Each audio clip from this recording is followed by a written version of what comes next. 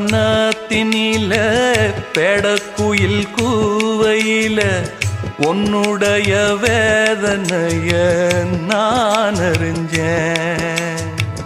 பொங்கலத்தில் மாலையிட ஒன்னிரண்டு தோளத்தோட என்ன தவம் செஞ்சேனோ என் மாமா. வண்ணக்கிளி கையத்தோட சின்ன சின்ன கோலமிட உள்ள மட்டும் வழியே நானே உள்ள மட்டும் வழியே நானே.